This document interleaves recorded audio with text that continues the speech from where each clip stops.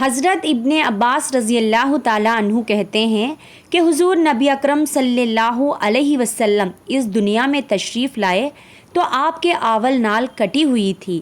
All نال کو بچہ پیدا ہونے کے بعد دایا کاٹتی ہے۔ آپ ختنہ شدہ پیدا ہوئے۔ عبد المطلب یہ دیکھ کر بے حد حیران ہوئے اور خوش بھی۔ وہ کہا کرتے تھے میرا بیٹا نرالی شان کا ہوگا۔ آپ کی پیدائش سے پہلے مکہ کے لوگ خشک سالی اور قحط کا شکار تھے، لیکن جو ہی آپ کے دنیا میں تشریف لانے کا وقت قریب آیا، بارشیں شروع ہو گئی، خشک سالی دور ہو گئی، درخت ہرے بھرے ہو گئے، زمین پر سبزہ ہی سبزہ نظر آنے لگا۔ پیدائش کے وقت آپ اپنے ہاتھوں پر جھکے ہوئے تھے، سر آسمان کی طرف تھا۔ ایک روایت کے الفاظ میں یہ ہیں کہ گھٹنوں کے بل جھکے ہوئے تھے، مطلب یہ کہ سجدے کی حالت میں تھے۔ آپ کی مٹھی بند تھی اور شہادت کی انگلی اٹھی ہوئی تھی، جیسا کہ ہم نماز میں اٹھاتے ہیں۔ حضور صلی اللہ علیہ وسلم فرماتے ہیں جب میری والدہ نے مجھے جنم دیا تو ان سے ایک نور نکلا، اس نور سے شام کے محلات جگمگا اٹھے۔ آپ صلی اللہ علیہ وسلم کی والدہ سیدہ آمینہ فرماتی ہیں محمد صلی اللہ علیہ وسلم کی پیدائش کے وقت ظاہر ہونے والے نور کی روشنی میں مجھے بصرہ میں چلنے والے اونٹوں کی گردنیں تک نظر آئی۔ علامہ سہیلی رحمۃ اللہ نے لکھا ہے کہ جب آپ پیدا ہوئے تو آپ نے اللہ کی تعریف کی۔ ایک روایت میں یہ الفاظ آئے ہیں اللہ اکبر کبیرہ والحمد للہ کثیرہ وسبحان اللہ بکرۃ واصیلا۔ اللہ تعالیٰ سب سے بڑا ہے، اللہ تعالیٰ کی بے حد تعریف ہے اور میں صبح و شام اللہ کی پاکی بیان کرتا ہوں۔ آپ صلی اللہ علیہ وسلم کی ولادت کس دن ہوئی؟ اس بات پر سب کا اتفاق ہے کہ وہ پیر کا دن تھا۔ آپ صبح فجر طلوع ہونے کے وقت دنیا میں تشریف لائے۔ ناظرین، تاریخ پیدائش کے سلسلے میں بہت سے قول ہیں۔ ایک روایت کے مطابق 12 ربیع الاول کو پیدا ہوئے، ایک روایت 8-12 ربیع الاول کی ہے، ایک روایت 2 ربیع الاول کو پیدا ہوئے۔ اس سلسلے میں اور بھی بہت سے روایات ہیں۔ زیادہ تر مورخین کا خیال ہے کہ آپ 8 ربیع الاول کو پیدا ہوئے۔ تقویم کے طریقے کے حساب سے جب تاریخ نکالی گئی تو 9 ربیع الاول نکلی۔ ناظرین، مطلب یہ کہ اس بارے میں مکمل صحیح بات کسی کو معلوم نہیں۔ اس پر سب کا اتفاق ہے کہ مہینہ ربیع الاول کا تھا اور دن پیر کا ہے۔ یہ بھی کہا جاتا ہے کہ آپ کو پیر کے دن ہی نبوت ملی، پیر کے روز ہی آپ نے مدینہ منورہ کی طرف ہجرت فرمائی اور پیر کے روز ہی آپ کی وفات ہوئی۔ آپ عام الفیل میں پیدا ہوئے، یعنی ہاتھیوں والے سال میں۔ اس سال کو ہاتھیوں والا سال اس لیے کہا جاتا ہے کہ ابرا نے ہاتھیوں کے ساتھ مکہ مکرمہ پر چڑھائی کی تھی۔ آپ کی پیدائش اس واقعے کے کچھ ہی دن بعد ہوئی تھی۔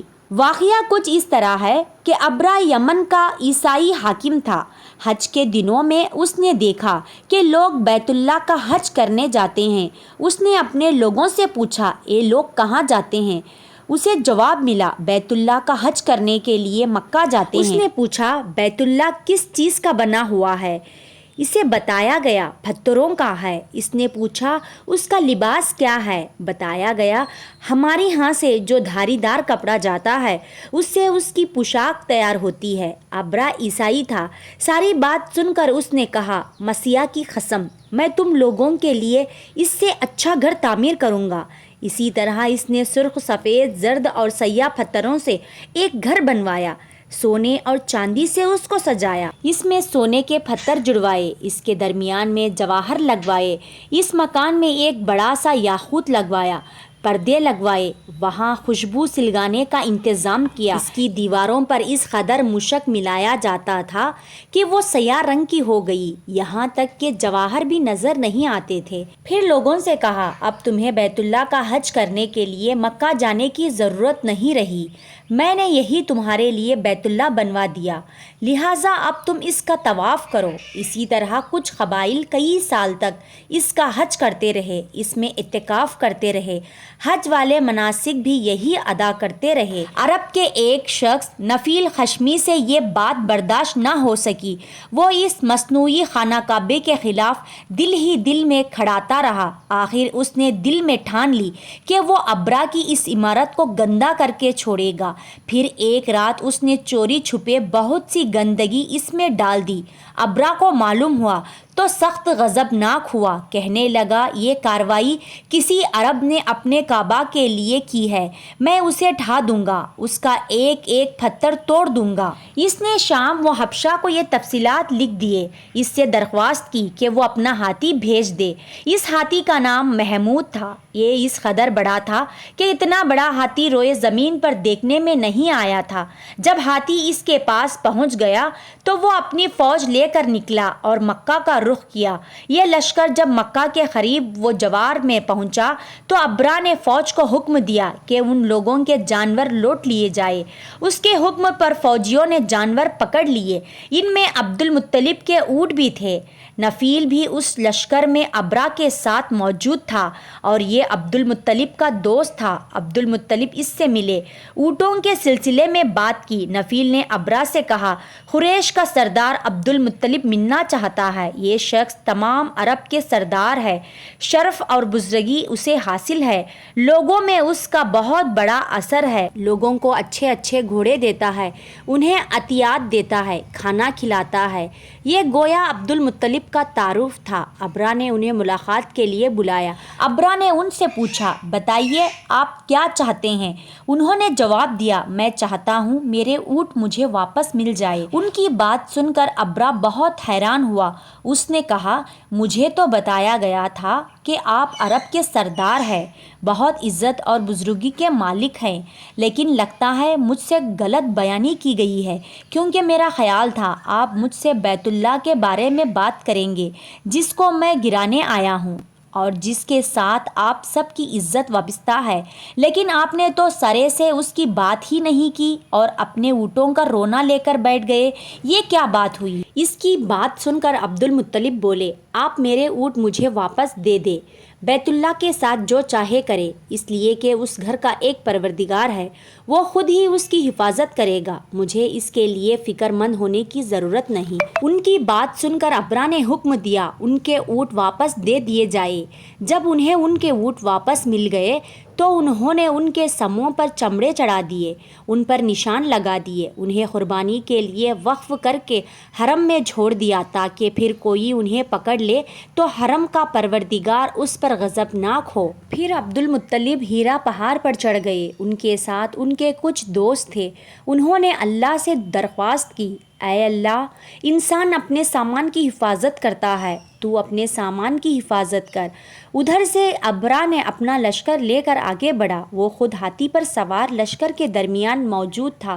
ایسے میں اس کی ہاتھی نے آگے بڑھنے سے انکار کر دیا، وہ زمین پر بیٹھ گیا۔ ہاتھی بانوں نے اسے اٹھانے کی کوشش کی لیکن وہ نہ اٹھا۔ انہوں نے اس کے سر پر ضربیں لگائی، آنکس چبوئے، مگر وہ کھڑا نہ ہوا۔ کچھ سوچ کر انہوں نے اس کا رخ یمن کی طرف کیا تو وہ فوراً اس طرف چلنے لگا۔ اس کا رخ پھر مکے کی طرف کیا گیا تو پھر رک گیا۔ ہاتھی بانوں نے یہ تجربہ بار بار کیا۔ آخر ابرا نے حکم دیا ہاتھی کو شراب پلایا جائے تاکہ نشے میں اسے کچھ ہوش نہ رہ جائے اور ہم اسے مکے کی طرف آگے بڑھا سکیں۔ چنانچہ اسے شراب پلائی گئی لیکن اس پر اس کا کوئی اثر نہ ہوا۔ اور پھر اللہ تعالیٰ نے پرندوں کے جھنڈ بھیج دیے، ان میں سے ہر پرندے کی چونچ میں پتھر کے 3 ٹکڑے تھے۔ یہ پتھر پرندوں نے ابرا کے لشکر پر گرانے شروع کیے۔